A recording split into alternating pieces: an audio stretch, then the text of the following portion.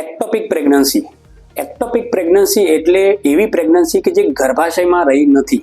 તો આ પ્રેગ્નન્સી ગર્ભાશયની બહાર હોય છે અને બહાર ડેવલપ થતી હોય છે. મેઇનલી એ ટ્યુબમાં થતી હોય છે. એ રાઈટ કે લેફ્ટ ગમે તે સાઈડ હોઈ શકે.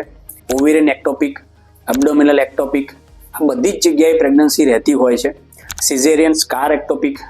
તો જે પ્રેગ્નન્સી યુટ્રસમાં નથી, ગર્ભાશયના અંદર નથી, આપણે એક્ટોપિક પ્રેગ્નન્સી કહીએ છીએ. એક્ટોપિક પ્રેગ્નન્સીના મેનેજમેન્ટ એ કયા પ્રકારની એક્ટોપિક પ્રેગ્નન્સી છે એના ઉપર રહેલા હોય છે.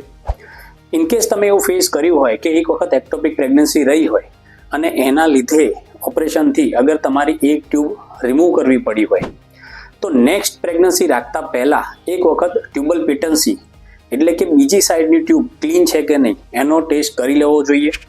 મેઇનલી જ્યારે તમારી સર્જરી થતી હોય છે ત્યારે એ વખતે જ ડૉક્ટર એનો ટેસ્ટ કરી લેતા હોય છે. અને જો અગર નથી કર્યો તો નેક્સ્ટ પ્રેગ્નન્સી રાખતા પહેલાં તમારે એ ટેસ્ટ કરી લેવો જોઈએ.